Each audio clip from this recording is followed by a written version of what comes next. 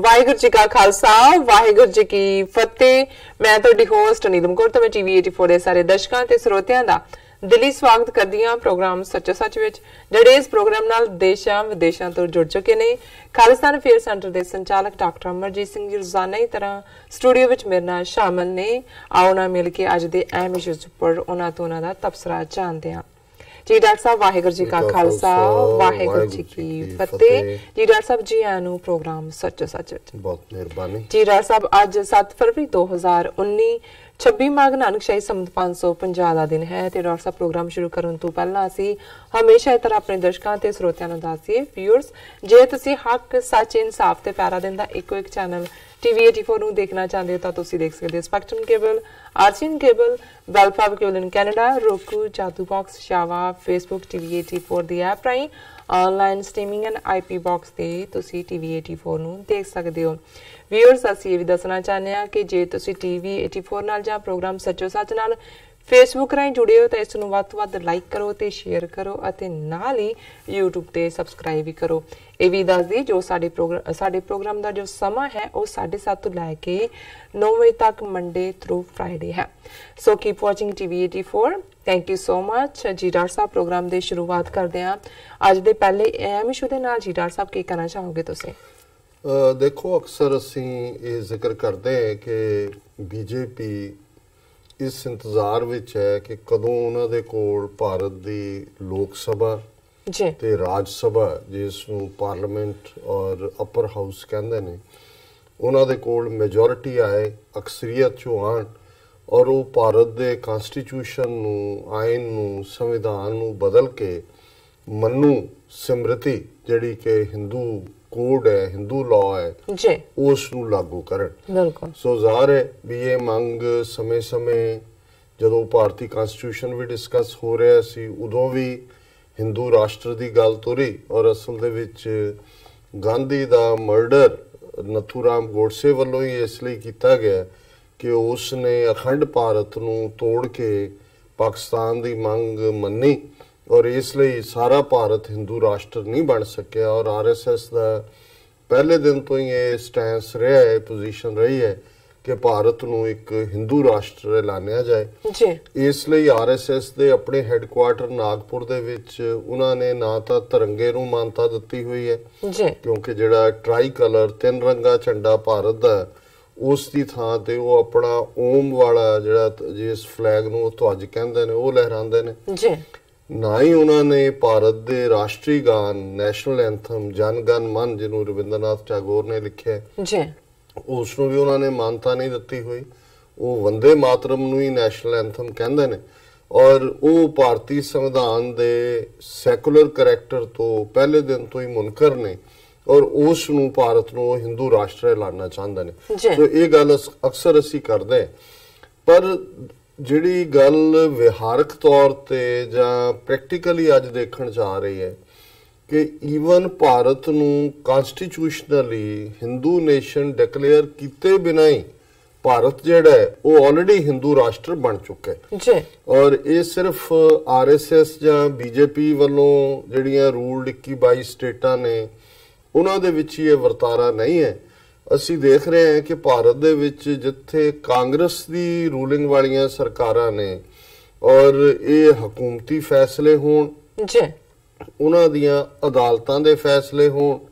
ਜਾਂ even media ਜਾਂ ਅਕਸਰੀਅਤ ਦੀ ਜਿਹੜੀ ਆਈਡੀਓਲੋਜੀ ਹੈ ਉਹ ਆਲਰੇਡੀ ਉਵੇਂ ਹੀ ਐਕਟ ਕਰ ਰਹੀ ਹੈ ਜਿਵੇਂ ਕਿ ਭਾਰਤ ਇੱਕ ਹਿੰਦੂ ਨੇਸ਼ਨ ਹੈ, ਹਿੰਦੂ ਰਾਸ਼ਟਰ ਹੈ। ਔਰ ਅੱਜ ਜਿਸ ਓਪਨਿੰਗ ਸੈਗਮੈਂਟ ਦੇ ਵਿੱਚ ਅਸੀਂ ਜਿਹਨਾਂ 2-3 ਖਬਰਾਂ ਨੂੰ ਆਧਾਰ ਬਣਾ ਰਹੇ ਹਾਂ, ਇਹ ਦੱਸਣ ਦੇ ਲਈ ਔਰ ਇਹ ਸਮਝਣ ਦੇ ਲਈ ਇਹਨਾਂ ਖਬਰਾਂ ਦੀ ਬਿਨਾਂ ਦੇ ਉੱਤੇ ਇਹ ਕਾਫੀ ਹੋਣਾ ਚਾਹੀਦਾ ਹੈ ਕਿ ਕਿਵੇਂ ਭਾਰਤੀ ਸਟੇਟ, ਉਸ ਵਿਚਲੇ ਅੱਡ-ਅੱਡ ਸੂਬਿਆਂ ਦੀਆਂ ਸਰਕਾਰਾਂ, ਉਹਨਾਂ ਦਾ ਅਦਾਲਤੀ ਸਿਸਟਮ ਇੱਕ ਹਿੰਦੂ ਨੇਸ਼ਨ ਦੇ ਤੌਰ ਤੇ ਹੀ ਐਕਟ ਕਰ ਰਿਹਾ। ਸੋ ਜ਼ਾਹਰ ਹੈ ਸਭ ਤੋਂ ਪਹਿਲਾਂ ਅਸੀਂ ਵਿਚਾਰਾਂ ਦੇ ਪ੍ਰਗਟਾਵੇ ਦੀ ਆਜ਼ਾਦੀ ਦੀ ਗੱਲ ਕਰੀਏ, ਰਾਈਟ ਟੂ ਸੈਲਫ ਐਕਸਪ੍ਰੈਸ਼ਨ ਜਿਸ ਨੂੰ ਕਹਿੰਦੇ ਨੇ। ਹੁਣ ਜ਼ਾਹਰ ਹੈ ਵੀ ਜਦੋਂ ਵੀ ਕਿਸੇ ਜਮਹੂਰੀਅਤ ਦੀ ਗੱਲ ਹੁੰਦੀ ਹੈ, ਕਿਸੇ ਡੈਮੋਕ੍ਰੇਸੀ ਦੀ ਜਾਂ ਲੋਕਤੰਤਰ ਦੀ ਗੱਲ ਹੁੰਦੀ ਹੈ ਇੱਕ ਜਿਹੜਾ ਪਿਲਰ ਜਿਸ ਦੇ ਉੱਤੇ ਡੈਮੋਕ੍ਰੇਸੀਜ਼ ਖਲੋਤੀਆਂ ਨੇ ਜਾਂ ਖਲੋਂਦੀਆਂ ਨੇ ਉਹ ਹੁੰਦਾ ਹੈ ਵਿਚਾਰਾਂ ਦੀ ਆਜ਼ਾਦੀ ਦਾ ਪ੍ਰਗਟਾਵਾ ਜੀ। ਜ਼ਾਹਰ ਹੈ ਅਸੀਂ ਜੇ ਅਮਰੀਕਾ ਦੀ ਗੱਲ ਕਰੀਏ ਜਾਂ ਬ੍ਰਿਟਨ ਦੀ ਗੱਲ ਕਰੀਏ ਜਿਹਨੂੰ ਮਦਰ ਆਫ ਡੈਮੋਕ੍ਰੇਸੀਜ਼ ਕਹਿੰਦੇ ਨੇ, ਮੈਗਨਾ ਕਾਰਟਾ ਦੇ ਨਾਲ ਜਿਹਦੀ ਸ਼ੁਰੂਆਤ ਦੀ ਗੱਲ ਹੁੰਦੀ ਹੈ, ਸੋ ਜ਼ਾਹਰ ਹੈ ਅਮਰੀਕਾ ਦੇ ਵਿੱਚ ਮੱਚ ਮੋਰ ਪਾਵਰਫੁਲ ਫਸਟ ਅਮੈਂਡਮੈਂਟ ਜਿਹੜੀ ਕਨਸਟੀਟਿਊਸ਼ਨ ਦੇ ਵਿੱਚ ਹੈ ਉਹ ਤੁਹਾਨੂੰ ਹਰ ਤਰ੍ਹਾਂ ਦੇ ਵਿਚਾਰਾਂ ਦੇ ਪ੍ਰਗਟਾਵੇ ਦੀ ਖੁੱਲ੍ਹ ਦਿੰਦੀ ਹੈ ਜੀ। ਉਹਦੇ 'ਚ ਭਾਵੇਂ ਦੂਸਰੇ ਧਰਮਾਂ ਨੂੰ ਮੰਨਣ ਵਾਲੇ ਲੋਕਾਂ ਦੇ ਜਿਹੜੇ ਜਜ਼ਬਾਤ ਨੇ ਉਹ ਹਰਟ ਹੁੰਦੇ ਹੋਣ ਜਾਂ ਜਿਸ ਦੇ ਵਿੱਚ ਇੱਕ ਕਿਸੇ ਦਾ ਵਿਸ਼ਵਾਸ ਨਹੀਂ ਔਰ ਅਮਰੀਕਾ ਦੀ ਫਸਟ ਅਮੈਂਡਮੈਂਟ ਤਾਂ ਤੁਹਾਨੂੰ ਅਮਰੀਕਨ ਝੰਡਾ ਸਾੜਨ ਦਾ ਹੱਕ ਦਿੰਦੀ ਹੈ, ਅਮਰੀਕਨ ਕਨਸਟੀਟਿਊਸ਼ਨ ਸਾੜਨ ਦਾ ਹੱਕ ਦਿੰਦੀ ਹੈ ਜੀ। ਸੋ ਜ਼ਾਹਰ ਹੈ ਕਿ ਇਹਦੇ ਬਾਵਜੂਦ ਇਹ ਨਹੀਂ ਹੋਇਆ ਕਿ ਅਮਰੀਕਾ ਦੇ ਵਿੱਚ ਜਿਹੜੀ ਲੋਕਾਂ ਦੀ ਪਾਵਰ ਹੈ ਉਸ ਦੇ ਵਿੱਚ ਕੋਈ ਕਮੀ ਆਈ ਜਾਂ ਜਮਹੂਰੀਅਤ ਕਮਜ਼ੋਰ ਹੋਈ। ਰਾਦਰ ਇਹਨਾਂ ਦਾ ਇਹ ਵਿਸ਼ਵਾਸ ਔਰ ਯਕੀਨ ਹੈ ਕਿ ਜੇ ਫਰੀडम ਆਫ ਐਕਸਪ੍ਰੈਸ਼ਨ ਨਾ ਹੁੰਦੀ ਜਾਂ ਨਾ ਹੋਏ ਤਾਂ ਜਿੰਨੀਆਂ ਕਾਢਾਂ ਸਾਇੰਸ ਦੀਆਂ ਇੱਥੇ ਨਿਕਲਦੀਆਂ ਨੇ। ਹੁਣ ਜੇ ਧਰਮਾਂ ਦੇ ਹਵਾਲੇ ਨਾਲ ਦੇਖੋ ਤੇ ਉਹ ਥਿਉਰੀ ਆਫ ਐਵੋਲੂਸ਼ਨ ਹੈ ਜਾਂ ਦੂਸਰੇ ਨੇ ਉਹਨਾਂ ਨੂੰ ਉਹ ਜਿਹੜਾ ਉਹਨਾਂ ਦੇ ਉੱਤੇ ਉਹਨਾਂ ਦਾ ਯਕੀਨ ਨਹੀਂ ਹੈ। ਔਰ ਇੱਕ ਜ਼ਮਾਨਾ ਸੀ ਅਮਰੀਕਾ ਦੇ ਵਿੱਚ ਵੀ ਇਸ ਕਿਸਮ ਦੇ ਕੇਸ ਅਦਾਲਤਾਂ 'ਚ ਆਏ ਜਿੱਥੇ ਕਿ ਥਿਉਰੀ ਆਫ ਐਵੋਲੂਸ਼ਨ ਜਾਂ ਦੂਸਰੇ ਜਿਹੜੇ ਬਾਈਬਲ ਮੁਤਾਬਕ ਨਹੀਂ ਸੀ ਉਹਨਾਂ ਦੇ ਪੜ੍ਹਾਉਣ ਤੇ ਪਾਬੰਦੀ ਸੀ, ਲੇਕਿਨ ਸੁਪਰੀਮ ਕੋਰਟ ਤੱਕ ਪਹੁੰਚ ਕੇ ਉਹ ਕੇਸ ਜਿਹੜੇ ਨੇ ਉਹ ਹਾਰੇ ਉਹਨਾਂ ਨੇ ਜਿਹੜੇ ਪਾਬੰਦੀ ਲਾ ਰਹੇ ਸੀ, ਕਿਉਂਕਿ ਅਲਟੀਮੇਟਲੀ ਜਿਹੜਾ ਟੈਂਪਰ ਜਿਹਨੂੰ ਅਸੀਂ ਕਹਿੰਦੇ ਹਾਂ ਸਾਇੰਟੀਫਿਕ ਟੈਂਪਰ ਇਹਨਾਂ ਮੁਲਕਾਂ ਦਾ ਬਣਿਆ ਜਿਹਦੇ ਚੋਂ ਕਾਢਾਂ ਨਿਕਲੀਆਂ ਨਵੀਆਂ ਇਨਵੈਂਸ਼ਨਸ ਹੋਈਆਂ ਨੇ। ਉਹਦਾ ਰੀਜ਼ਨ ਹੀ ਇਹ ਹੈ ਕਿ ਹਰ ਇੱਕ ਨੂੰ ਆਪਣੇ ਵਿਚਾਰਾਂ ਦੇ ਪ੍ਰਗਟਾਵੇ ਦੀ ਆਜ਼ਾਦੀ ਹੈ। ਹੁਣ ਅਸੀਂ ਉਸ ਫੇਕ ਝੂਠੀ ਜਮਹੂਰੀਅਤ ਦੀ ਗੱਲ ਕਰਦੇ ਹਾਂ ਜੇ ਇਸ ਨੂੰ ਭਾਰਤੀ ਹਾਕਮ ਔਰ ਉਹਨਾਂ ਦੇ ਦੇਸ਼ ਵਿਦੇਸ਼ ਵਿਚਲੇ ਜਿਹੜੇ ਦੁਮਛੱਲੇ ਨੇ ਦੁਨੀਆ ਦੀ ਸਭ ਤੋਂ ਵੱਡੀ ਜਮਹੂਰੀਅਤ ਕਿ ਜੀ 1 ਬਿਲੀਅਨ 300 ਮਿਲੀਅਨ ਲੋਕ ਅਸੀਂ ਜਮਹੂਰੀ ਨਿਜ਼ਾਮ। ਔਰ ਦੇਖਣ ਵਾਲੀ ਗੱਲ ਇਹ ਹੈ ਕਿ ਸਾਡੇ ਇੱਕ ਵੱਡੇ ਤਬਕੇ ਨੇ ਵੋਟ ਪਾਉਣ ਦੇ ਹੱਕ ਨੂੰ ਜਿਹੜੀਆਂ ਵੋਟਾਂ ਵੀ ਖਰੀਦੀਆਂ ਜਾਂਦੀਆਂ ਨੇ, ਜਿਹੜੀਆਂ ਵੋਟਾਂ ਦੇ ਵਿੱਚ ਕਮਿਊਨਲ ਔਰ ਫਿਰਕੂ ਨਫ਼ਰਤ ਦੇ ਆਧਾਰ ਤੇ, ਜ਼ਾਤ ਪਾਤੀ ਆਧਾਰ ਤੇ, ਮਜ਼ਹਬੀ ਆਧਾਰ ਦੇ ਉੱਤੇ ਜਿਨ੍ਹਾਂ ਦੇ ਨੂੰ ਖਰੀਦਿਆ ਜਾਂਦਾ ਹੈ, ਲੇਕਿਨ ਉੱਥੇ ਜਮਹੂਰੀਅਤ ਦਾ ਮਤਲਬ ਸਿਰਫ ਇੱਕ ਵੋਟ ਪਾਉਣ ਦੇ ਹੱਕ ਦੇ ਨਾਲ ਹੀ ਜੁੜਿਆ ਹੋਇਆ ਰਹਿ ਗਿਆ। ਜੇ ਵੋਟ ਪਾਉਣ ਦਾ ਹੱਕ ਹੀ ਜਮਹੂਰੀਅਤ ਹੁੰਦੀ ਤੇ ਜਿਹੜੇ ਕਮਿਊਨਿਸਟ ਰਜੀਮ ਸੀ ਉਹ ਬੇਸ਼ੱਕ ਸੋਵੀਅਤ ਯੂਨੀਅਨ ਦਾ ਸੀ ਜਾਂ ਈਵਨ ਚਾਈਨਾ ਦੇ ਹਵਾਲੇ ਨਾਲ ਵੋਟਾਂ ਤਾਂ ਉੱਥੇ ਵੀ 98% ਪੈਂਦੀਆਂ ਸੀ, ਭਾਵੇਂ ਉਹਨਾਂ ਨੇ ਇੱਕ ਆਪਣਾ ਸਿਸਟਮ ਇਵੋਲਵ ਕੀਤਾ ਹੋਇਆ ਸੀ, ਆਪਣਾ ਉਹਨਾਂ ਦਾ ਪੋਲਿਟ ਬਿਊਰੋ ਜਾਂ ਦੂਸਰੀਆਂ ਉਹਨਾਂ ਦੀਆਂ ਸੰਸਥਾਵਾਂ ਸੀ। ਲੇਕਿਨ ਹਕੀਕਤਨ ਜੇ ਅਸੀਂ ਭਾਰਤ ਦੇ ਵਿੱਚ ਈਵਨ ਉਹਨਾਂ ਦੇ ਸੁਪਰੀਮ ਕੋਰਟ ਦੇ ਫੈਸਲੇ ਦੇਖੀਏ, ਪਹਿਲਾਂ ਤਾਂ ਕਨਸਟੀਟਿਊਸ਼ਨ ਦੀ ਗੱਲ ਕਰੀਏ, ਭਾਰਤ ਦੇ ਆਇਨ ਦੇ ਵਿੱਚ ਵੀ ਜਿਹੜੇ ਵਿਚਾਰਾਂ ਦੇ ਪ੍ਰਗਟਾਵੇ ਦੀ ਆਜ਼ਾਦੀ ਇਹ ਮੁੱਢਲੇ ਹੱਕ ਦੇ ਤੌਰ ਤੇ ਜਿਹੜਾ ਇਸ ਨੂੰ ਤਸਲੀਮ ਕੀਤਾ ਹੋਇਆ। ਲੇਕਿਨ ਬਹੁਤ ਜਲਦੀ ਨਹਿਰੂ ਦੇ ਪੀਰੀਅਡ ਦੇ ਵਿੱਚ ਹੀ ਇਸ ਦੇ ਉੱਤੇ ਕਰਬਜ਼ ਜਾਂ ਪਾਬੰਦੀਆਂ ਲੱਗਣੀਆਂ ਸ਼ੁਰੂ ਹੋ ਗਈਆਂ ਸੀ। ਔਰ ਬ੍ਰਿਟਿਸ਼ ਪੀਰੀਅਡ ਦੇ ਜਿਹੜੇ ਕਾਨੂੰਨ ਜਿਨ੍ਹਾਂ ਦੇ ਵਿੱਚ ਖਾਸ ਤੌਰ ਤੇ ਸੈਡੀਸ਼ਨ ਦਾ ਲਾਅ ਜਿਸ ਨੂੰ ਦੇਸ਼ਧਰੋਹ ਦਾ ਕਾਨੂੰਨ ਕਹਿੰਦੇ ਨੇ, ਉਹ ਕਦੇ ਵੀ ਕਿਸੇ ਭਾਰਤੀ ਸਿਸਟਮ ਨੇ ਜਾਂ ਭਾਰਤੀ ਕਨਸਟੀਟਿਊਸ਼ਨ ਨੇ ਉਹਨੂੰ ਆਪਣੀਆਂ ਬੁੱਕਸ ਚੋਂ ਬਾਹਰ ਨਹੀਂ ਕੱਢਿਆ। ਨਤੀਜੇ ਦੇ ਤੌਰ ਤੇ ਅਸੀਂ ਦੇਖਦੇ ਹਾਂ ਕਿ ਇਹਨਾਂ 70 ਸਾਲਾਂ ਦੇ ਵਿੱਚ ਆਪਣੇ ਵਿਰੋਧੀਆਂ ਨੂੰ ਦਬਾਉਣ ਦੇ ਲਈ ਇਸ ਸੈਡੀਸ਼ਨ ਲਾਅ ਨੂੰ ਦੇਸ਼ਧਰੋਹ ਦੇ ਕਾਨੂੰਨ ਦੀ ਕਿੰਨੀ ਕੁ ਵਰਤੋਂ ਕੀਤੀ ਗਈ ਸਾਡੇ ਸਾਹਮਣੇ। ਲੇਕਿਨ ਜਿਸ ਪਹਿਲੇ ਕੇਸ ਦਾ ਜਾਂ ਪਹਿਲੀ ਖਬਰ ਦਾ ਅੱਜ ਅਸੀਂ ਜ਼ਿਕਰ ਕਰ ਰਹੇ ਹਾਂ, ਇਹ ਪਹਿਲੀ ਵਾਰ ਸ਼ਾਇਦ ਭਾਰਤ ਦੇ ਕਿਸੇ ਸੂਬੇ ਦੇ ਵਿੱਚ ਹੋਇਆ। ਬੇਸ਼ੱਕ ਇਹਦੇ 'ਚ ਕੋਈ ਸ਼ੱਕ ਨਹੀਂ ਹੈ ਕਿ ਭਾਰਤੀ ਸੁਪਰੀਮ ਕੋਰਟ ਦੇ ਲਗਭਗ 2-3 ਫੈਸਲੇ ਨੇ, ਕਰਨਲ ਪ੍ਰਤਾਪ ਸਿੰਘ ਦੇ ਮਾਮਲੇ 'ਚ ਹੈ, 1-2 ਹੋਰ ਕੇਸ ਨੇ ਜਿਹਦੇ 'ਚ ਇੱਕ ਬੈਂਚ ਦੇ ਉੱਤੇ ਜਸਟਿਸ ਕਾਟਜੂ ਸੀ ਜਿਹਨੇ ਫੈਸਲਾ ਦਿੱਤਾ ਸੀ ਜਿਸ ਦੇ ਵਿੱਚ ਭਾਰਤੀ ਸੁਪਰੀਮ ਕੋਰਟ ਨੇ ਫੈਸਲਾ ਦਿੱਤਾ ਹੋਇਆ ਕਿ ਸ਼ਾਂਤਮਈ ਤਰੀਕੇ ਦੇ ਨਾਲ ਖਾਲਿਸਤਾਨ ਦੀ ਗੱਲ ਕਰਨਾ ਕਨਸਟੀਟਿਊਸ਼ਨ ਦੇ ਖਿਲਾਫ ਨਹੀਂ। ਬਿਲਕੁਲ। ਔਰ ਇਹੀ ਕਾਰਨ ਸੀ ਕਿ ਜਿਹੜੇ ਦੇਸ਼ਧਰੋਹ ਦੇ ਕੇਸ ਕਰਨਲ ਪ੍ਰਤਾਪ ਸਿੰਘ ਜਿਨ੍ਹਾਂ ਨੇ ਕਿਤਾਬ ਵੀ ਲਿਖੀ ਖਾਲਿਸਤਾਨ ਦਾ ਓਨਲੀ ਆਪਸ਼ਨ, 1990 ਚੋਂ ਅਮਰੀਕਾ ਚ ਆਏ, ਮੈਨੂੰ ਵੀ ਉਹਨਾਂ ਨੂੰ ਮਿਲਣ ਦਾ ਸਬਬ ਹੋਇਆ ਜੀ। ਔਰ ਜਦੋਂ ਉਹ ਵਾਪਸ ਗਏ ਉਹਨਾਂ ਦੇ ਉੱਤੇ ਕੁਝ ਦਿਨਾਂ ਬਾਅਦ ਉਹਨਾਂ ਨੂੰ ਘਰੋਂ ਫੜ ਲਿਆ ਗਿਆ ਔਰ ਦੇਸ਼ ਧਰੋਹ ਦਾ ਕੇਸ ਔਰ ਦੂਸਰਾ ਔਰ ਉਹ ਕੇਸ ਸੁਪਰੀਮ ਕੋਰਟ ਤੱਕ ਜਾ ਕੇ ਉਹਨਾਂ ਨੇ ਜਿੱਤਿਆ ਔਰ ਸੁਪਰੀਮ ਕੋਰਟ ਨੇ ਕਿਹਾ ਵੀ ਨਹੀਂ, ਇਹ ਜਿਹੜਾ ਹੈ ਸ਼ਾਂਤਮਈ ਤਰੀਕੇ ਦੇ ਨਾਲ ਈਵਨ ਖਾਲਿਸਤਾਨ ਦੀ ਗੱਲ ਕੀਤੀ ਜਾ ਸਕਦੀ ਹੈ ਜੀ। ਹੁਣ ਇਹ ਤਾਂ ਸੁਪਰੀਮ ਕੋਰਟ ਦੇ ਫੈਸਲੇ ਨੇ, ਲੇਕਿਨ ਵਿਹਾਰਕ ਤੌਰ ਤੇ ਕੀ ਹੋ ਰਿਹਾ ਹੈ, ਪ੍ਰੈਕਟੀਕਲੀ ਕੀ ਹੋ ਰਿਹਾ ਹੈ, ਅੱਜ ਦੀ ਖਬਰ ਜਿਸ ਨੇ ਈਵਨ ਜਿਹੜੇ ਕਾਨੂੰਨੀ ਮਾਹਿਰ ਨੇ ਜਾਂ ਵਕੀਲ ਨੇ ਵੱਡੇ, ਉਹਨਾਂ ਨੂੰ ਵੀ ਹੈਰਤ ਦੇ ਵਿੱਚ ਪਾ ਦਿੱਤਾ ਹੈ, ਜਿਹੜਾ ਦੱਸ ਰਿਹਾ ਕਿ ਆਉਣ ਵਾਲੇ ਪੀਰੀਅਡ ਦੇ ਵਿੱਚ ਇਹ ਹਿੰਦੂ ਸਟੇਟ ਕਿਸ ਹੱਦ ਤੱਕ ਜਾਏਗੀ। ਔਰ ਇਹ ਖਬਰ ਹੈ ਕਿ ਜਿਸ ਦਾ ਨਾਂ ਕਿਸੇ ਵੇਲੇ ਜ਼ਿਲ੍ਹਾ ਨਵਾਂ ਸ਼ਹਿਰ ਸੀ, ਹੁਣ ਉਹਨੂੰ ਭਗਤ ਸਿੰਘ, ਸ਼ਹੀਦ ਭਗਤ ਸਿੰਘ ਜ਼ਿਲ੍ਹਾ ਕਹਿੰਦੇ ਨੇ, ਉਸ ਦੇ ਇੱਕ ਜੱਜ ਰਣਧੀਰ ਵਰਮਾ ਨੇ 3 ਸਿੱਖ ਨੌਜਵਾਨਾਂ ਨੂੰ ਜਿਹੜਾ ਉਹ ਉਮਰ ਕੈਦ ਦੀ ਸਜ਼ਾ ਸੁਣਾਈ ਹੈ। ਕਿਉਂਕਿ ਇਸ ਹਫਤੇ ਦੀ ਮੇਰੀ ਲਿਖਤ ਵੀ ਇਸ ਦੇ ਨਾਲ ਹੀ ਜੁੜੀ ਹੋਈ ਹੈ ਕਿ ਇਹ ਰਣਧੀਰ ਵਰਮਾ ਨੇ 3 ਸਿੱਖ ਨੌਜਵਾਨ ਜਿਨ੍ਹਾਂ ਦੇ ਨਾਂ ਨੇ ਅਰਵਿੰਦਰ ਸਿੰਘ, ਸੁਰਜੀਤ ਸਿੰਘ ਤੇ ਰਣਜੀਤ ਸਿੰਘ, ਉਹਨਾਂ ਨੂੰ ਧਾਰਾ 121 ਅਧੀਨ ਉਮਰ ਕੈਦ ਤੇ 1 ਲੱਖ ਜੁਰਮਾਨਾ ਅਤੇ ਧਾਰਾ 121A ਅਧੀਨ 10 ਸਾਲ ਦੀ ਕੈਦ ਤੇ 25,000 ਜੁਰਮਾਨਾ, ਜਿਹੜਾ 25,000 ਰੁਪਇਆ ਜੁਰਮਾਨਾ ਸੁਣਾਇਆ। ਹੁਣ ਇਹ ਕੇਸ ਕੀ ਹੈ ਕਿ ਵੀ ਪੁਲਿਸ ਨੇ ਇਹਨਾਂ 3 ਸਿੱਖ ਨੌਜਵਾਨਾਂ ਨੂੰ ਫੜਿਆ, ਪਹਿਲਾਂ ਇੱਕ ਸਿੱਖ ਨੌਜਵਾਨ ਨੂੰ ਫੜਿਆ ਕਿ ਜੀ ਉਹਨਾਂ ਦੇ ਕੋਲ ਜਿਹੜੇ 13 ਅਪ੍ਰੈਲ 1978 ਨੂੰ 13 ਸਿੰਘ ਸ਼ਹੀਦ ਹੋਏ ਸਨ ਅੰਮ੍ਰਿਤਸਰ ਸ਼ਹਿਰ ਦੇ ਵਿੱਚ, ਨਰਕਧਾਰੀਆਂ ਨੇ ਸਾਕਾ ਕੀਤਾ, ਉਹਨਾਂ ਦੀਆਂ ਤਸਵੀਰਾਂ ਸਨ ਉਹਨਾਂ ਦੇ ਕੋਲ ਔਰ ਸ਼ਹੀਦ ਸੁਖਦੇਵ ਸਿੰਘ ਬੱਬਰ ਉਹਨਾਂ ਦੀ ਜੀਵਨੀ ਜਿਹੜੀ ਕਿ ਪ੍ਰਿੰਟਡ ਹੈ, ਜ਼ਾਹਰ ਹੈ, ਉਸ ਦੀਆਂ ਕੁਝ ਕਿਤਾਬਾਂ ਔਰ ਕੁਝ ਹੋਰ ਪੋਸਟਰ ਉਹਨਾਂ ਦੇ ਕੋਲੋਂ ਮਿਲੇ ਔਰ ਕੋਈ ਅਸਲਾ ਬਰਾਮਦ ਦੀ ਗੱਲ ਨਹੀਂ ਸੀ, ਕੋਈ ਹੋਰ ਸਬੂਤ ਨਹੀਂ ਹੈ। ਪੁਲਿਸ ਨੇ 8-10 ਜਿਹੜੇ ਨੇ ਆਪਣੇ ਹੀ ਗਵਾਹ ਇਸ ਦੇ ਉੱਤੇ ਭੁਗਤਾਏ ਔਰ ਇਹ ਜਿਹੜੀਆਂ ਦੋਨੋਂ ਧਾਰਾਵਾਂ ਨੇ, ਧਾਰਾ 121 ਜਿਹੜੀ ਜਿਹਦੇ ਥੱਲੇ ਉਮਰ ਕੈਦ ਦਿੱਤੀ ਗਈ ਔਰ 121A, ਇਹ 2 ਧਾਰਾਵਾਂ ਨੇ ਕਿ ਰਾਜ ਵਿਰੁੱਧ ਜੰਗ ਵਿੱਢਣ ਤੇ ਰਾਜ ਵਿਰੁੱਧ ਜੰਗ ਵਿੱਢਣ ਦੀ ਤਿਆਰੀ, ਇਹ 2 ਕਿ ਜੀ ਜਿਹੜਾ waging a war against the state and getting ready to wage a war against the state, ਇਹਨਾਂ 2 ਧਾਰਾਵਾਂ ਦੇ ਥੱਲੇ 121 ਔਰ 121A ਦੇ ਥੱਲੇ ਪੁਲਿਸ ਨੇ ਕੇਸ ਰਜਿਸਟਰ ਕੀਤਾ ਕਿ ਜੀ ਇਹਨਾਂ ਕੋਲੋਂ ਸ਼ਹੀਦ ਸਿੰਘਾਂ ਦੀਆਂ ਤਸਵੀਰਾਂ ਮਿਲੀਆਂ ਔਰ ਇਹ ਜਿਹੜੀ ਆ ਉਹਨਾਂ ਦੇ ਕੋਲ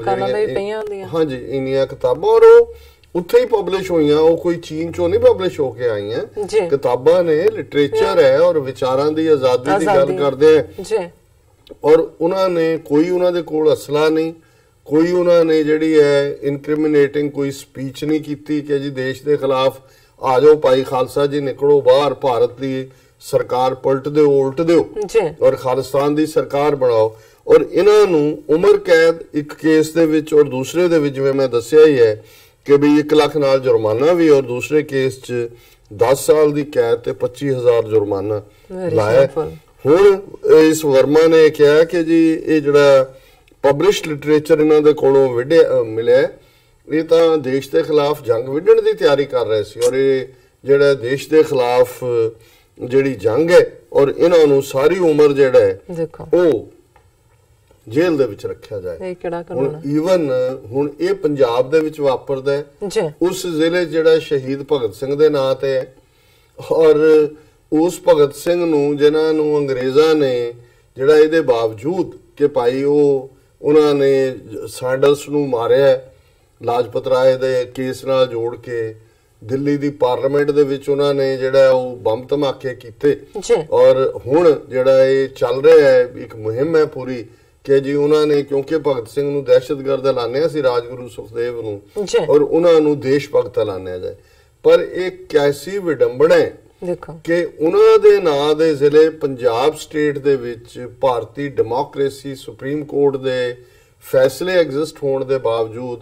3 ਸਿੱਖ ਨੌਜਵਾਨ ਇਸ ਲਈ ਸਾਰੀ ਉਮਰ ਜੇਲ੍ਹ ਦੇ ਵਿੱਚ ਰਹਿਣਗੇ ਕਿਉਂਕਿ ਉਹਨਾਂ ਦੇ ਕੋਲੋਂ ਸ਼ਹੀਦ ਸਿੰਘਾਂ ਦੀਆਂ ਤਸਵੀਰਾਂ ਮਿਲੀਆਂ ਨੇ ਜਾਂ ਸ਼ਹੀਦ ਸਿੰਘਾਂ ਦੀਆਂ ਕਿਤਾਬਾਂ ਮਿਲੀਆਂ ਨੇ, ਉਹਨਾਂ ਦੇ ਉੱਤੇ ਕਿਸੇ ਦੀਆਂ ਲਿਖੇ, ਇਹ ਵੀ ਨਹੀਂ ਹੈ ਵੀ ਉਹ ਸੁਖਦੇਵ ਸਿੰਘ ਬੱਬਰ ਨੇ ਲਿਖੀ ਹੈ, ਉਹ ਕਿਸੇ ਨੇ ਬਾਇਓਗ੍ਰਾਫੀ ਲਿਖੀ ਕਿ ਭਾਈ ਕਿਵੇਂ ਉਹਨਾਂ ਨੇ ਆਪਣੀ ਜ਼ਿੰਦਗੀ ਪੰਥ ਦੇ ਲਈ ਕੁਰਬਾਨ ਕੀਤੀ ਹੈ। ਸੋ ਇਹ ਭਾਰਤ ਦੀ ਡੈਮੋਕ੍ਰੇਸੀ, ਲੋਕਤੰਤਰ, ਜਮਹੂਰੀਅਤ ਦਾ ਹਾਲ ਹੈ। ਔਰ ਇਸੇ ਖਬਰ ਦੇ ਨਾਲ ਅਸੀਂ ਦੂਸਰੀ ਖਬਰ ਜਿਹੜੀ ਦੇਖਦੇ, ਪਿਛਲੇ ਦਿਨਾਂ 'ਚ ਚੋਣਾਂ ਹੋਈਆਂ ਰਾਜਸਥਾਨ, ਮੱਧ ਪ੍ਰਦੇਸ਼ ਔਰ ਛੱਤੀਸਗੜ੍ਹ ਦੇ ਵਿੱਚ ਕਾਂਗਰਸ ਦੀਆਂ ਹਕੂਮਤਾਂ ਬਣੀਆਂ ਨੇ ਜੀ। ਔਰ ਜ਼ਾਹਰ ਹੈ ਪੰਜਾਬ ਦੇ ਵਿੱਚ ਜਿਸ ਅਦਾਲਤ ਨੇ ਫੈਸਲਾ ਸੁਣਾਇਆ, ਪੰਜਾਬ 'ਚ ਵੀ ਕਾਂਗਰਸ ਦੀ ਹਕੂਮਤ ਹੈ। ਔਰ ਮੱਧ ਪ੍ਰਦੇਸ਼ ਦੇ ਵਿੱਚ ਕਮਲਨਾਥ ਜਿਹੜਾ ਨਵੰਬਰ 84 ਦੀ ਸਿੱਖ ਨਸਲਕੁਸ਼ੀ ਦੇ ਲਈ ਜ਼ਿੰਮੇਵਾਰ ਸੀ ਔਰ ਭਾਰਤੀ ਪਾਰਲੀਮੈਂਟ ਦੇ ਬਾਹਰ ਗੁਰਦੁਆਰਾ ਰਕਾਬਗੰਜ ਦੇ ਉੱਤੇ ਜਿਹੜੀ ਭੀੜ ਨੇ ਹਮਲਾ ਕਰਕੇ ਇੱਕ ਪਿਓ ਪੁੱਤਰ ਨੂੰ ਜਿਉਂਦੇ ਸਾੜਿਆ, ਉਸ ਭੀੜ ਦੀ ਅਗਵਾਈ ਕਮਲਨਾਥ ਕਰ ਰਿਹਾ ਸੀ। ਇਹ ਅਗਲੇ ਦਿਨ ਦੀ ਇੰਡੀਅਨ ਐਕਸਪ੍ਰੈਸ ਅਖਬਾਰ ਦੀ ਖਬਰ ਵੀ ਸੀ ਔਰ ਕਮਲਨਾਥ ਨੇ ਕਦੇ ਉਹਨੂੰ ਡਿਨਾਈ ਵੀ ਨਹੀਂ ਕੀਤਾ। ਹੁਣ ਜਦੋਂ ਉਹਨੂੰ ਬਣਾਇਆ ਗਿਆ, ਸਿੱਖਾਂ ਨੇ ਬਿਆਨਬਾਜ਼ੀਆਂ ਕੀਤੀਆਂ, ਥੋੜੀ ਬਹੁਤ ਉਹ ਬਿਆਨ ਦੇਣ ਲਈ ਹੁੰਦੇ ਨੇ, ਉਹਦੇ ਤੇ ਕੋਈ, ਪਰ ਕਾਂਗਰਸ ਹਕੂਮਤਾਂ ਕਿਵੇਂ ਬਿਲਕੁਲ ਉਹੀ ਏਜੰਡਾ, ਜਦੋਂ ਮੈਂ ਕਿਹਾ ਵੀ ਭਾਰਤ ਆਲਰੇਡੀ ਹਿੰਦੂ ਰਾਸ਼ਟਰ ਬਣ ਚੁੱਕਾ ਹੈ, ਸੋ ਕੱਲਾ ਆਰਐਸਐਸ ਦੀਆਂ ਨੀਤੀਆਂ ਨਹੀਂ, ਹੁਣ ਕਮਲਨਾਥ ਦੀ ਸਰਕਾਰ ਬਣਿਆ ਜੇ ਕੁਝ ਹਫ਼ਤੇ ਹੋਏ ਨੇ। ਔਰ ਇਹ ਮੱਧ ਪ੍ਰਦੇਸ਼ ਦੀ ਖਬਰ ਹੈ ਕਿ ਮੱਧ ਪ੍ਰਦੇਸ਼ ਦੇ ਖੰਡਵਾ ਇਲਾਕੇ ਦੇ 3 ਮੁਸਲਮਾਨ ਨੌਜਵਾਨ ਸ਼ਕੀਲ, ਨਦੀਮ ਤੇ ਆਜ਼ਮ, ਜਿਨ੍ਹਾਂ ਦੇ ਉੱਤੇ ਪੁਲਿਸ ਨੇ ਝੂਠੇ, ਜਿਵੇਂ ਆਰਐਸਐਸ ਵਰਕਰ ਲਾਉਂਦੇ ਨੇ ਕਿ ਜੀ ਇਹਨਾਂ ਨੇ ਗਊ ਨੂੰ ਮਾਰਿਆ ਔਰ ਇਹ ਉਹਦਾ ਉੱਥੋਂ ਗਊ ਦਾ ਜਿਹੜਾ ਉਹ ਸਕੈਲਟਨ ਬਰਾਮਦ ਹੋਇਆ, ਉਹਨਾਂ ਨੇ ਫੜਨ ਦੇ ਲਈ ਛਾਪੇ ਮਾਰੇ ਕਿਉਂਕਿ ਆਲਰੇਡੀ ਕਾਊ ਸਲੌਟਰ ਦੇ ਅਗੇਂਸਟ ਮੱਧ ਪ੍ਰਦੇਸ਼ ਔਰ ਰਾਜਸਥਾਨ ਔਰ ਭਾਰਤ ਦੇ 16-17 ਸੂਬਿਆਂ 'ਚ ਕਾਨੂੰਨ ਨੇ ਜਿਹਦੇ 'ਚ ਕੋਈ 8 ਸਾਲ ਦੀ ਕੈਦ ਹੈ, ਕੋਈ 10 ਸਾਲ ਦੀ। ਚਲੋ ਜੇ ਕੋਈ ਉਹਨਾਂ ਦੇ ਕਾਨੂੰਨ ਦੇ ਥੱਲੇ ਜੁਰਮ ਹੈ ਉਹ ਸਮਝ ਆ ਸਕਦੀ ਹੈ, ਪਰ ਜਿਹੜੀ ਗੱਲ ਨੇ ਅੱਜ ਸਾਰੇ ਮੀਡੀਆ ਦੀ ਪ੍ਰੋਮੀਨੈਂਟ ਖਬਰ ਹੈ ਕਿ ਉਹਨਾਂ ਦੇ ਉੱਤੇ ਜਿਹੜਾ ਜਦੋਂ ਉਹਨਾਂ ਨੂੰ ਗ੍ਰਿਫਤਾਰ ਕਰ ਲਿਆ ਗਿਆ, ਨੈਸ਼ਨਲ ਸਿਕਿਉਰਿਟੀ ਐਕਟ ਲਾਇਆ ਗਿਆ, NSA, ਇਹਨਾਂ ਤਿੰਨਾਂ ਦੇ ਉੱਤੇ ਕਿ ਗਾਂ ਨੂੰ ਮਾਰਨਾ ਜਿਹੜਾ ਫੂਡ। ਹੁਣ ਇੱਥੇ ਵੀ ਗੱਲ ਭਾਰਤੀ ਕਨਸਟੀਟਿਊਸ਼ਨ ਦੇ ਵਿੱਚ ਕੋਈ ਗਾਂ ਨੂੰ ਕੋਈ ਪਵਿੱਤਰ ਪਸ਼ੂ ਨਹੀਂ ਐਲਾਨਿਆ ਹੋਇਆ ਕਿ ਗਾਂ ਦਾ ਮਾਸ ਖਾਧਾ ਨਹੀਂ ਜਾ ਸਕਦਾ। ਇਹ ਸਟੇਟਾਂ ਨੇ ਜਿੰਨੇ ਲਾਅ ਬਣਾਏ ਨੇ ਅਗੇਂਸਟ ਦਾ ਇੰਡੀਅਨ ਕਨਸਟੀਟਿਊਸ਼ਨ ਹੈ, ਕਿਉਂਕਿ ਕਿਸ ਨੇ ਕੀ ਖਾਣਾ, ਕਿਸ ਨੇ ਕੀ ਪਹਿਨਣਾ, ਕਿਸ ਨੇ ਕਿਹੜੇ ਧਰਮ 'ਚ ਯਕੀਨ ਰੱਖਣਾ ਹੈ ਜਾਂ ਨਹੀਂ ਰੱਖਣਾ। ਕਨਸਟੀਟਿਊਸ਼ਨ ਤਾਂ ਮੁੱਢਲੇ ਹੱਕਾਂ ਦੇ ਵਿੱਚ ਤੁਹਾਨੂੰ ਫਰੀडम ਦਿੰਦਾ ਹੈ, ਲੇਕਿਨ ਇੱਥੇ ਇਹੀ ਨਹੀਂ ਕਿ ਸੂਬਿਆਂ ਨੇ ਕਾਨੂੰਨ ਬਣਾ ਕੇ ਲੋਕਾਂ ਦੀਆਂ ਖਾਣ ਵਾਲੀਆਂ ਆਦਤਾਂ ਦੇ ਉੱਤੇ ਜਿਹੜਾ ਉਹ ਏਕਾਧਿਕਾਰ ਜਾਂ ਉਹਨਾਂ ਦੇ ਉੱਤੇ ਆਪਣਾ ਅਥਾਰਟੀ ਜਮਾਈ ਹੈ। ਅੱਜ ਗਾਂ ਦਾ ਮਾਰਿਆ ਜਾਣਾ, ਮਾਰਿਆ ਜਾਂ ਨਹੀਂ ਮਾਰਿਆ ਇਹ ਵੀ ਅਦਾਲਤ ਨੇ ਸਾਬਤ ਕਰਨਾ, ਲੇਕਿਨ ਇਹ ਗਾਂ ਜਿਹੜੀ ਹੈ ਉਸ ਦਾ ਮਾਰਿਆ ਜਾਣਾ ਨੈਸ਼ਨਲ ਸਿਕਿਉਰਿਟੀ ਨੂੰ ਖਤਰਾ ਹੈ, ਦੇਸ਼ ਦੀ ਸੁਰੱਖਿਆ ਨੂੰ ਖਤਰਾ ਹੈ। ਔਰ ਉਹ ਤਿੰਨੋਂ ਹੀ ਨੌਜਵਾਨ ਜਿਹੜੇ ਨੇ ਉਹ ਨੈਸ਼ਨਲ ਮੁਸਲਮਾਨ। ਹੁਣ ਪੰਜਾਬ ਦੇ ਅਸੀਂ 3 ਸਿੱਖ ਨੌਜਵਾਨ ਦੇਖਦੇ ਆਂ ਵੀ ਉਹ ਜਿਹੜਾ ਉਹ ਸਿੱਖ ਲਿਟਰੇਚਰ ਉਹਨਾਂ ਦੇ ਕੋਲ ਹੋਣ ਕਰਕੇ ਉਹਨਾਂ ਨੂੰ ਉਮਰ ਕੈਦ ਹੈ, ਤੇ ਇੱਥੇ 3 ਮੁਸਲਮਾਨ ਨੌਜਵਾਨ ਜਿਹੜੇ ਨੇ ਉਹ ਨੈਸ਼ਨਲ ਸਿਕਿਉਰਿਟੀ ਐਕਟ ਹੈ ਜਿਹਦੇ ਥੱਲੇ ਤੁਹਾਡੀ ਕੋਈ ਜ਼ਮਾਨਤ ਦਾ ਚਾਂਸ ਨਹੀਂ ਹੁੰਦਾ ਜੀ। ਦੂਸਰਾ ਜਦੋਂ ਕੇਸ ਕੋਈ ਫਾਈਲ ਹੁੰਦਾ ਹੈ, ਕੇਸ ਚੱਲਦਾ ਰਹਿੰਦਾ ਹੈ, ਤੁਹਾਡੀ ਜ਼ਮਾਨਤ ਹੋ ਜਾਂਦੀ ਹੈ। ਸੋ ਇਹ ਦੂਸਰੀ ਉਦਾਹਰਣ ਹੈ ਇਹ। ਔਰ ਦੂਸਰੀ ਵੱਡੀ ਗਿਣਤੀ 200 ਮਿਲੀਅਨ ਮੁਸਲਮਾਨ ਭਾਰਤ 'ਚ ਰਹਿੰਦੇ ਨੇ, ਸੋ ਮੁਸਲਮਾਨਾਂ ਨੂੰ ਇਹ ਉਹਨਾਂ ਨੇ ਸੁਨੇਹਾ ਦੇ ਦਿੱਤਾ ਕਿ ਤੁਹਾਡੀ ਇੱਥੇ ਕੀ ਔਕਾਤ ਹੈ। ਫਿਰ ਅਸੀਂ ਤੀਸਰੀ ਖਬਰ ਜਿਹੜੀ ਕਿ ਸੁਪਰੀਮ ਕੋਰਟ ਦੇ ਇੱਕ ਅਟਾਰਨੀ ਨੇ ਜਿਨ੍ਹਾਂ ਦਾ ਸੰਬੰਧ ਮਹਾਰਾਸ਼ਟਰ ਨਾਲ ਹੈ, ਸਿੱਖ ਵਕੀਲ ਨੇ ਅੰਮ੍ਰਿਤਪਾਲ ਸਿੰਘ ਖਾਲਸਾ, ਅੱਜ ਉਹਨਾਂ ਦੀ ਪੈਟੀਸ਼ਨ ਸੁਪਰੀਮ ਕੋਰਟ ਦੇ ਜਿਹੜਾ ਬੈਂਚ ਨੇ ਐਕਸੈਪਟ ਕੀਤੀ ਹੈ। ਉਹਦੇ 'ਚ ਉਹਨਾਂ ਨੇ ਕਿਹਾ ਜੀ ਮੈਂ ਸੁਪਰੀਮ ਕੋਰਟ ਦਾ ਵਕੀਲ ਹਾਂ, ਜਿੰਨੀ ਵਾਰੀ ਅੰਮ੍ਰਿਤਧਾਰੀ ਵਕੀਲ ਨੇ, ਕਿਰਪਾਨ ਉਹਨਾਂ ਨੇ ਪਾਈ ਹੁੰਦੀ ਹੈ, ਔਰ ਕਹਿੰਦੇ ਜਿੰਨੀ ਵਾਰੀ ਮੈਂ ਸੁਪਰੀਮ ਕੋਰਟ ਦੇ ਵਿੱਚ ਆਉਂਦਾ ਕਿਸੇ ਕੇਸ ਦੀ ਰਿਪਰੈਜ਼ੈਂਟੇਸ਼ਨ ਦੇ ਲਈ, ਮੈਨੂੰ ਬਾਹਰ ਜਿਹੜੇ ਸਿਕਿਉਰਿਟੀ ਵਾਲੇ ਨੇ ਉਹ ਜ਼ਲੀਲ ਕਰਦੇ ਨੇ, ਹਿਊਮਿਲੇਟ ਕਰਦੇ ਨੇ, ਟਾਰਚਰ ਕਰਦੇ ਨੇ। ਇਹ ਤਿੰਨੋਂ ਹੀ ਲਫ਼ਜ਼ ਉਹਨਾਂ ਨੇ ਅੰਗਰੇਜ਼ੀ ਦੇ ਵਿੱਚ ਇਸਤੇਮਾਲ ਕੀਤੇ ਕਿ ਹਰ ਵਾਰ। ਔਰ ਜਦੋਂ ਕਿ ਇਸੇ ਭਾਰਤੀ ਕਨਸਟੀਟਿਊਸ਼ਨ 'ਚ ਜਿੱਥੇ ਸੁਪਰੀਮ ਕੋਰਟ ਆਲਾ ਅਦਾਲਤ ਬੈਠੀ ਹੈ, ਉਹਨਾਂ ਦੀ ਆਰਟੀਕਲ 25(b) ਦੇ ਥੱਲੇ ਸਿੱਖਾਂ ਨੂੰ ਵੇਅਰ ਐਂਡ ਬੇਅਰ ਕਿਰਪਾਨ ਦਾ ਹੱਕ ਹੈ, ਔਰ ਕਿਰਪਾਨ ਦਾ ਕੋਈ ਸਾਈਜ਼ ਮੁਕਰਰ ਨਹੀਂ ਕਿ ਉਹਨਾਂ ਦੇ ਕੋਲ ਗਾਤਰੇ ਦੀ ਕਿਰਪਾਨ ਵੀ ਜਿਹਨੂੰ ਤੁਸੀਂ ਵੇਅਰ ਕਰਨਾ, ਔਰ ਟੂ ਕੈਰੀ ਤੁਹਾਡੇ ਕੋਲ 3 ਫੁੱਟੀ ਕਿਰਪਾਨ ਰੱਖਣ ਦਾ ਵੀ ਹੱਕ ਹੈ ਜੀ। ਔਰ ਇਹ ਸੁਪਰੀਮ ਕੋਰਟ ਨੇ ਜਿਹੜਾ ਉਸ ਦੇ ਉੱਤੇ ਕਿਹਾ ਜੀ ਅਸੀਂ ਇਸ ਤੇ ਵਿਚਾਰ ਕਰਾਂਗੇ, ਪਰ ਮੁੱਢਲੇ ਤੌਰ ਤੇ ਇਹ ਭਾਰਤੀ ਕਨਸਟੀਟਿਊਸ਼ਨ ਦੀ ਹੀ ਤੋਹੀਨ ਹੈ। ਹੁਣ ਜਿਹੜੇ ਸਿੱਖ ਇਹ ਸਮਝਦੇ ਨੇ ਕਿ ਭਾਈ ਭਾਰਤੀ ਆਇਨ ਦੇ ਦਾਇਰੇ 'ਚ ਰਹਿੰਦੇ ਜੀ, ਉਹ ਇਨਸਾਫ ਲੈ ਸਕਦੇ ਨੇ, ਇਹ ਤਾਂ ਹੱਕ ਤੁਹਾਨੂੰ ਕਿਰਪਾਨ ਦਾ ਆਇਨ ਨੇ ਦਿੱਤਾ ਹੋਇਆ ਹੈ। ਬਿਲਕੁਲ। ਵਿਚਾਰਾਂ ਦੇ ਪ੍ਰਗਟਾਵੇ ਦੀ ਆਜ਼ਾਦੀ ਦੇ ਉੱਤੇ ਸੁਪਰੀਮ ਕੋਰਟ ਦੇ ਫੈਸਲੇ ਨੇ ਜੀ। ਖਾਣ ਪਹਿਨਣ ਦੇ ਉੱਤੇ ਕੋਈ ਪਾਬੰਦੀ ਨਹੀਂ। ਔਰ ਜੇ ਕਾਂਗਰਸ ਦੀਆਂ ਹਕੂਮਤਾਂ ਮੱਧ ਪ੍ਰਦੇਸ਼ ਦੇ ਵਿੱਚ ਜੀ, ਪੰਜਾਬ ਦੇ ਵਿੱਚ ਔਰ ਸੁਪਰੀਮ ਕੋਰਟ ਦੀ ਆਪਣੀ ਸਿਕਿਉਰਿਟੀ ਜਿਹੜੀ ਹੈ ਉਹ ਇੱਕ ਵਕੀਲ ਨੂੰ ਜਿਹੜਾ ਸੁਪਰੀਮ ਕੋਰਟ 'ਚ ਪ੍ਰੈਕਟਿਸ ਕਰਦਾ ਹੈ ਉਹਦੇ ਮੁੱਢਲੇ ਹੱਕ ਜਿਹੜੇ ਆ ਉਹਨੂੰ ਇਨਫਰਿੰਜ ਕਰ ਰਹੀ ਹੈ, ਤੇ ਫਿਰ ਕਿਹੜੇ ਸੰਵਿਧਾਨ ਹਿੰਦੂ ਰਾਸ਼ਟਰ ਤਾਂ ਬਣ ਚੁੱਕਾ ਹੈ ਭਾਰਤ ਜੀ। ਇਹ ਅਸੀਂ ਕਹਿੰਦੇ ਹਾਂ ਕਿ ਜੀ ਜਦੋਂ ਅਕਸਰੀਅਤ ਇਹਨਾਂ ਕੋਲ ਆਏਗੀ ਇਹ ਸੰਵਿਧਾਨਕ ਤੌਰ ਤੇ ਮਨੂ ਸੰਹਿਤਾ ਲਾਗੂ ਕਰ ਦੇਣਗੇ। ਆਲਰੇਡੀ ਉਹ ਸਿੱਖ ਹੋਣ ਮੁਸਲਮਾਨ ਹੋਣ, ਜੇ ਦਲਿਤਾਂ ਦੇ ਹਵਾਲੇ ਨਾਲ ਵੀ ਦੇਖੀਏ ਕਨਈਆ ਕੁਮਾਰ ਜੀ, ਜੇ JNU ਦੇ ਵਿੱਚ ਉਹਨਾਂ ਨੇ ਡੈਥ ਸੈਂਟੈਂਸ ਦੇ ਉੱਤੇ ਕੋਈ ਕਾਨਫਰੰਸ ਕਰ ਲਈ ਤੇ ਉਹ ਦੇਸ਼ਧਰੋਹ ਬਣਾਤਾ ਕਿ ਜੀ ਇਹ ਤਾਂ ਅਫਜ਼ਲ ਗੁਰੂ ਦੇ ਹੱਕ 'ਚ ਨਾਰੇ ਲਾ ਰਹੇ ਸੀ। ਕਸ਼ਮੀਰੀਆਂ ਨੂੰ ਵੀ ਉਹਨਾਂ ਨੇ ਉਮਰ ਖਾਲਦ ਕੇ ਕੌਣ ਇੱਕ ਹੋਰ ਮੁਸਲਮਾਨ ਨੌਜਵਾਨ ਔਰ ਕਨਈਆ ਕੁਮਾਰ ਦੇਸ਼ਧਰੋਹ ਦੇ ਜਿਹੜੇ ਨੇ ਉਹ ਚਾਰਜ ਫੇਸ ਕਰ ਰਹੇ ਨੇ ਜੀ। ਕਸ਼ਮੀਰ ਦੇ ਹਵਾਲੇ ਨਾਲ ਅਸੀਂ ਗੱਲ ਕਰਦੇ ਹਾਂ ਕਿ ਭਾਈ ਉੱਥੇ ਮੁੱਢਲੇ ਤੌਰ ਦੇ ਉੱਤੇ ਉਹ ਬੇਸਿਕਲੀ ਜੇ ਸ਼ਾਂਤਮਈ ਤਰੀਕੇ ਹੁਣ ਹੁਰੀਅਤ ਕਾਨਫਰੰਸ ਉੱਥੇ ਸ਼ਾਂਤਮਈ ਤਰੀਕੇ ਦੇ ਨਾਲ ਪ੍ਰੋਟੈਸਟ ਕਰਦੀ ਹੈ। ਉਹਨਾਂ ਦੇ ਲੀਡਰ ਕਦੇ ਉਹ ਨਜ਼ਰਬੰਦੀ 'ਚ ਨੇ, ਕਦੇ ਜੇਲ੍ਹਾਂ 'ਚ ਨੇ, ਕਦੇ ਉਹਨਾਂ ਨੂੰ ਤੁਸੀਂ ਝੂਠੇ ਕੇਸਾਂ 'ਚ ਫਸਾ ਲੈਂਦੇ ਹੋ। ਉਹਨਾਂ ਤੋਂ ਜਿਹੜਾ ਉਹ ਪਾਸਪੋਰਟ ਦਾ ਉਹਨਾਂ ਨੂੰ ਹੱਕ ਵੀ ਨਹੀਂ ਹੈ ਕਿ ਉਹ ਬਾਹਰ ਟਰੈਵਲ ਕਰ ਸਕਣ, ਪਾਸਪੋਰਟ ਜਿਹੜੇ ਨੇ ਨਹੀਂ ਦਿੰਦੇ। ਪੰਜਾਬ ਦੇ ਵਿੱਚ ਅਸੀਂ ਦੇਖਿਆ ਵੀ ਹੁਣ ਤਾਂ ਈਵਨ ਲਿਟਰੇਚਰ ਰੱਖਣਾ, ਕੱਲ ਨੂੰ ਤੁਹਾਡੇ ਘਰ ਚੋਂ ਕੋਈ ਵੀ ਕਿਤਾਬ ਜਿਹੜੀ ਮਿਲਦੀ ਹੈ ਜਿਹਦੇ ਵਿੱਚ ਤੁਹਾਡੇ ਇਤਿਹਾਸ ਦਾ ਜ਼ਿਕਰ ਹੈ, ਜੂਨ 84 ਦਾ ਜ਼ਿਕਰ ਹੈ, ਜਾਂ ਉਹ ਤੁਸੀਂ ਦੇਸ਼ਧਰੋਹ ਦੇ ਥੱਲੇ ਔਰ ਉਮਰ ਕੈਦ ਦੇ ਲਈ ਤਿਆਰ ਹੋ ਜਾਓ। ਔਰ ਇਹ ਕਿਸ ਕਿਸਮ ਦਾ ਮੁਲਕ ਹੈ ਔਰ ਅਸੀਂ ਕਿਵੇਂ ਸਿੱਖ ਕੌਮ ਜਿਸ ਨੂੰ ਜਦੋਂ ਅਸੀਂ ਬਾਣੀ ਪੜ੍ਹਨ ਦੀ ਗੱਲ ਕਰਦੇ ਆ ਮੈਂ ਕਈ ਵਾਰੀ ਹੈਰਾਨ ਵੀ ਹੁੰਦਾ ਜਿਹੜੇ ਸਾਡੇ ਵੀਰ ਭੈਣਾਂ ਜਿਹੜੇ ਨੇ ਉਹ ਸਮਝਦੇ ਨੇ ਕਿ ਵੀ ਸਿਮਰਨ ਔਰ ਇਹ ਸਾਰੇ ਦੇ ਨਾਲ ਹੀ ਸਾਰਾ ਕੁਝ ਜੁੜਿਆ ਹੋਇਆ ਹੈ। ਸਿੱਖ ਜੇ ਨਿਰਭਉ ਨਿਰਵੈਰ ਸਿਸਟਮ ਦੇ ਵਿੱਚ ਨਹੀਂ ਹੈ, ਜਿੱਥੇ ਨਿਰਵੈਰਤਾ ਤੁਹਾਡਾ ਗੁਣ ਹੈ, ਪਰ ਅਸੀਂ ਤਾਂ ਭੈ ਕਾਹੂ ਕੋ ਦੇਤ ਨੇ ਪੈ ਜਿਹੜੇ ਬਾਣੀ ਪੜ੍ਹਦੇ ਨੇ ਅਸੀਂ ਤਾਂ ਚਲੋ ਉਹ ਸਾਰੇ ਤੋਂ ਵਿੱਥ ਹੋਏਗੀ ਸਾਡੀ, ਉਹ ਕਿਵੇਂ ਇਸ ਤੁਕ ਨੂੰ ਪੜ੍ਹ ਕੇ ਅੱਗੇ ਲੰਘ ਜਾਂਦੇ ਕਿ ਭੈ ਕਾਹੂ ਕੋ ਦੇਤ ਨੇ ਪੈ ਮਾਨਤਾਨ, ਕਿ ਵੀ ਜਿਹੜਾ ਕਿਸੇ ਨੂੰ ਭੈ ਦੇਣਾ ਨਹੀਂ ਹੈ, ਡਰ ਦੇਣਾ ਨਹੀਂ ਹੈ, ਪਰ ਕਿਸੇ ਦਾ ਡਰ ਮੰਨਣਾ ਵੀ ਨਹੀਂ ਹੈ। ਉਹ ਕਿਵੇਂ ਜਦੋਂ ਇਹ ਲਾਈਨ ਪੜ੍ਹਦੇ ਨੇ ਜੇ ਜੀਵੈ ਪਤ ਲੱਥੀ ਜਾਏ ਸਭ ਹਰਾਮ ਜੇਤਾ ਕਿਛ ਖਾਏ, ਕਿਵੇਂ ਉਹ ਇਸ ਤੋਂ ਅੱਗੇ ਤੁਰ ਪੈਂਦੇ ਨੇ। ਜਿਹੜੇ ਰੋਜ਼ਾਨਾ ਨਿਤਨੇਮ ਕਰਨ ਵਾਲੇ ਗੁਰਸਿੱਖ ਵੀਰ ਭੈਣਾਂ ਨੇ ਜਦੋਂ ਉਸ ਰੱਬ ਦੇ ਗੁਣ ਪੜ੍ਹਦੇ ਨੇ, ਰੱਬ ਕੀ ਹੈ, ਉਹ ਸੱਚਾ ਹੈ, ਉਹ ਕਰਤਾ ਹੈ, ਉਹ ਪੁਰਖ ਹੈ, ਉਹ ਨਿਰਭਉ ਹੈ, ਉਹ ਨਿਰਵੈਰ ਹੈ। ਤੇ ਨਿਰਭਉ ਰੱਬ ਨੂੰ, ਰੱਬ ਕਿਸੇ ਪਹੁੰਚ ਨਹੀਂ, ਇਸ ਲਈ ਸਿੱਖ ਵੀ ਕਿਸੇ ਪਹੁੰਚ ਰਹਿਣ ਵਾਲਾ ਨਹੀਂ ਹੈ, ਸਿਰਫ ਤੇ ਸਿਰਫ ਸਿੱਖ ਰੱਬ ਦਾ ਭਾਉ ਮੰਨਦਾ ਹੈ। ਉਹ ਕਿਵੇਂ ਉਸ ਸਾਰੇ ਸਿਸਟਮ ਦੇ ਨਾਲ ਕੰਪਰੋਮਾਈਜ਼ ਕਰਕੇ ਬੈਠੇ ਨੇ ਜਾਂ ਕਿਵੇਂ ਉਸ ਸਾਰੇ ਜ਼ੁਲਮ ਨੂੰ ਸਹਾਰ ਰਹੇ ਨੇ। ਸੋ ਜ਼ਾਹਿਰ ਤੌਰ ਦੇ ਉੱਤੇ ਅੱਜ ਸਾਡੀ ਆਵਾਜ਼ ਜਿਹੜੀ ਹੈ ਉਹ ਬਿਲਕੁਲ ਐਗਜ਼ਿਸਟ ਹੀ ਨਹੀਂ ਕਰਦੀ।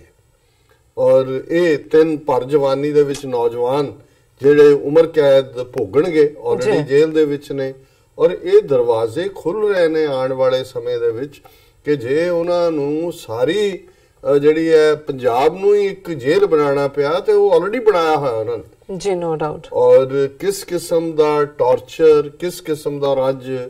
9:30 ਤੋਂ 10 ਵਜੇ ਦੇ ਪ੍ਰੋਗਰਾਮ 'ਚ ਜਿਹੜੇ ਅਮਰਵੀਰ ਸਿੰਘ ਇੰਟਰਵਿਊ ਕਰਦੇ ਨੇ, ਜਸਪਾਲ ਸਿੰਘ ਮੰਝਪੁਰ ਜਿਹੜੇ ਪ੍ਰੋਮੀਨੈਂਟ ਐਡਵੋਕੇਟ ਨੇ, ਔਰ ਕੱਲ ਹੀ ਉਹ ਜਥੇਦਾਰ ਜਗਤਾਰ ਸਿੰਘ ਹਵਾਰਾ ਉਹਨਾਂ ਨੂੰ ਮਿਲ ਕੇ ਤਿਹਾੜ ਜੇਲ੍ਹ ਤੋਂ ਵਾਪਸ ਆਏ ਨੇ। ਉਹ ਇਸ ਇਸ਼ੂ ਦੇ ਉੱਤੇ ਔਰ ਈਵਨ ਰਾਜਵਿੰਦਰ ਸਿੰਘ ਬੈਂਸ ਜਿਹੜੇ ਨੇ ਚੰਡੀਗੜ੍ਹ ਪੰਜਾਬ ਹਰਿਆਣਾ ਹਾਈ ਕੋਰਟ ਦੇ, ਉਹਨਾਂ ਨੇ ਵੀ ਹੈਰਾਨੀ ਜ਼ਾਹਰ ਕੀਤੀ। ਉਹਨਾਂ ਨੇ ਕਿਹਾ ਜੀ ਇਹ ਪਹਿਲਾ ਕੇਸ ਹੈ ਆਪਣੀ ਕਿਸਮ ਦਾ ਕਿ ਬਿਨਾਂ ਹਥਿਆਰਾਂ ਦੀ ਬਰਾਮਦਗੀ ਦੇ, ਹਾਲਾਂ ਹਥਿਆਰ ਕਿਹੜੇ ਬਰਾਮਦ ਕਰਨੇ ਉਹਨਾਂ ਦੇ ਲਈ ਔਖੇ ਹੁੰਦੇ ਨੇ, ਆਪ ਹੀ ਰੱਖ ਦਿੰਦੇ ਨੇ, ਆਪ ਹੀ ਚੁੱਕ ਲੈਂਦੇ ਨੇ। ਪੁਰਾਣੀ ਹੋ ਗਈ ਨਾ। ਲੇਕਿਨ ਸਿਰਫ ਲਿਟਰੇਚਰ ਦਾ ਬੇਸ ਬਣਾ ਕੇ ਦੇਸ਼ ਦੇ ਖਿਲਾਫ ਜੰਗ ਕਰਨ ਤੇ ਜੰਗ ਵਿੱਢਣ ਦੇ 2 ਸੈਕਸ਼ਨ ਲਾ ਕੇ ਉਮਰ ਕੈਦ ਤੇ ਲੱਖਾਂ ਰੁਪਏ ਜੁਰਮਾਨਾ, ਇਹੋ ਜਿਹਾ ਕੇਸ ਪਹਿਲਾਂ ਦੇਖਣ ਚ ਨਹੀਂ ਆਇਆ। ਪਰ ਇਹ ਅਜੇ ਪੀਸ ਟਾਈਮ ਹੈ, ਅਜੇ ਪੰਜਾਬ ਦੇ ਵਿੱਚ ਕੋਈ ਮਿਲੀਟੈਂਸੀ ਨਹੀਂ ਚੱਲ ਰਹੀ, ਕੋਈ ਜਿਹੜਾ ਇਸ ਕਿਸਮ ਦਾ ਮਾਹੌਲ ਹਥਿਆਰਬੰਦ ਸੰਘਰਸ਼ ਦਾ ਨਹੀਂ ਹੈ। ਤੇ ਜੇ ਅੱਜ ਪੰਜਾਬ ਦਾ ਇਹ ਹਾਲ ਹੈ ਤੇ ਆਉਣ ਵਾਲੇ ਦਿਨਾਂ ਦੇ ਵਿੱਚ ਕੀ ਹੋਏਗਾ ਇਸ ਬਾਰੇ ਫਿਰ ਕਿਸੇ ਨੂੰ ਕੋਈ ਸ਼ੱਕ ਸ਼ੁਬਾ ਨਹੀਂ ਹੋਣਾ ਚਾਹੀਦਾ। ਜੀ ਡਾਕਟਰ ਸਾਹਿਬ, ਬਿਲਕੁਲ ਬਿਲਕੁਲ। ਇੱਥੇ ਲੈਣੇ ਬ੍ਰੇਕ ਤੋਂ ਪਹਿਲਾਂ ਅਸੀਂ ਆਪਣੇ ਦਰਸ਼ਕਾਂ ਤੇ ਸਰੋਤਿਆਂ ਨੂੰ ਅਪੀਲ ਤੇ ਬੇਨਤੀ ਕਰਦੇ ਹਾਂ ਵੀਅਰਸ, ਜਿਸ ਤਰ੍ਹਾਂ ਕਿ ਤੁਸੀਂ ਜਾਣਦੇ ਹੋ ਕਿ ਟੀਵੀ 84 ਮਨੁੱਖੀ ਹੱਕਾਂ ਦਾ ਪਹਿਰੇਦਾਰ ਹੈ। ਟੀਵੀ 84 ਸਿੱਖਾਂ, ਕਸ਼ਮੀਰੀਆਂ ਤੇ ਭਾਰਤੀਆਂ ਨੌਰਥ ਈਸਟ ਸਟੇਟਾਂ ਦੇ ਲੋਕਾਂ ਦੇ ਸਵੈ ਨਿਰਣੇ ਦੇ ਹੱਕਾਂ ਦਾ ਹਾਮੀ ਹੈ। ਅਸੀਂ ਚਾਹਾਂਗੇ ਕਿ ਤੁਸੀਂ ਟੀਵੀ 84 ਦੀ ਚੜ੍ਹਦੀ ਕਲਾ ਲਈ ਵੱਧ ਤੋਂ ਵੱਧ ਡੋਨੇਟ ਕਰੋ। ਡੋਨੇਟ ਕਰਨ ਲਈ ਸਾਡੀ ਵੈਬਸਾਈਟ tv84.tv ਤੇ ਜਾ ਕੇ ਪੇਪਲ ਦੀ ਵਰਤੋਂ ਕਰਕੇ ਵਨ ਟਾਈਮ ਡੋਨੇਟ ਕਰ ਸਕਦੇ ਹੋ, ਮੰਥਲੀ ਡੋਨੇਟ ਵੀ ਕਰ ਸਕਦੇ ਹੋ। ਤੁਸੀਂ ਟੀਵੀ 84 ਦੇ ਨਾਮ ਤੇ ਚੈੱਕ ਬਣਾ ਕੇ ਸਾਨੂੰ ਮੇਲ ਵੀ ਕਰ ਸਕਦੇ ਹੋ ਸਾਡੇ ਇਸ ਪਤੇ ਤੇ 36-01 37th ਐਵਨਿਊ, ਲੌਂਗ ਆਈਲੈਂਡ ਸਿਟੀ, ਨਿਊਯਾਰਕ 11101 USA, ਜਾਂ ਫਿਰ ਤੁਸੀਂ ਸਾਨੂੰ ਫੋਨ ਰਾਹੀਂ ਵੀ ਸੰਪਰਕ ਕਰ ਸਕਦੇ ਹੋ ਸਾਡੇ ਫੋਨ ਨੰਬਰ ਤੇ 5164060694। Thank you so much. ਇਹ ਵੀ ਅਸੀਂ ਆਪਣੇ ਦਰਸ਼ਕਾਂ ਨੂੰ ਦੱਸ ਦਈਏ ਜੋ ਸਾਡੇ ਪ੍ਰੋਗਰਾਮ ਦਾ ਸਮਾਂ ਹੈ ਉਹ 1.5 ਘੰਟਾ ਕਰ ਦਿੱਤਾ ਗਿਆ ਹੈ। ਤੁਸੀਂ ਇਸ ਨੂੰ ਮੰਡੇ ਥਰੂ ਫਰਾਈਡੇ 7:30 ਤੋਂ ਲੈ ਕੇ 9 ਵਜੇ ਤੱਕ ਦੇਖ ਸਕਦੇ ਹੋ। Thank you so much. ਮਿਲਦੇ ਹਾਂ ਛੋਟੇ ਜਿਹੇ ਬ੍ਰੇਕ ਤੋਂ ਬਾਅਦ।